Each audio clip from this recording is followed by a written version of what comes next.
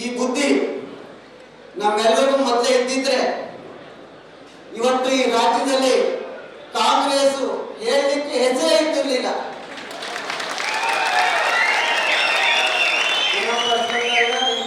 ಏನಿರುತ್ತೆ 19 ನನ್ನ ಮಾತು ಕೇಳ್ತಿದ್ರೆ ಇವತ್ತು ಮಂತ್ರಿ ಆಗಿರ್ತಿದ್ದೆ.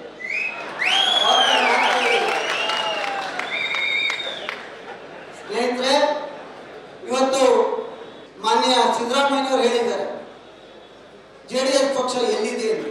ನಿಮಗೆ ಮನಸ್ಸಾಕ್ಷಿನೇ ಇಲ್ವಾ?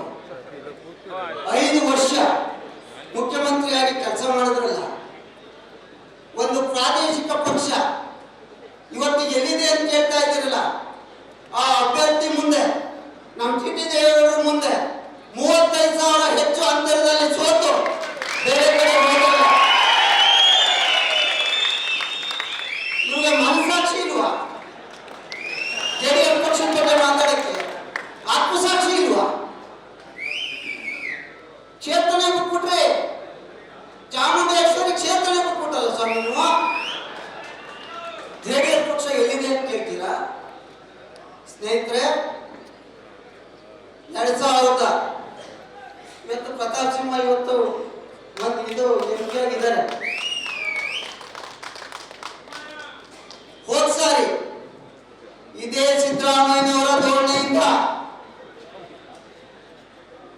ಮೇಲೆ ಮೈತ್ರಿ ಒಳಗೆ ತೆನ್ನಿನ ಚೂರಿ ಮಂಡ್ಯದಲ್ಲಿ ನಮ್ಮ ನಿಖಿಲ್ ಕುಮಾರಸ್ವಾಮಿ ಅವರನ್ನ ಸೋಲಿಸುವಂತ ಒಂದು ಸಂಚನ ಮಾಡಿದ್ರಲ್ಲ, ಆ ಸಂಚಿನ ಪ್ರತಿಫಲವೇ ಮೈಸೂರು ಜಿಲ್ಲೆಯಲ್ಲಿ ಪ್ರತಾಪ್ ಸಿಂಹ ಅವರಿಗೆ ಪ್ರತಿಧ್ವನಿಸಿತ್ತು.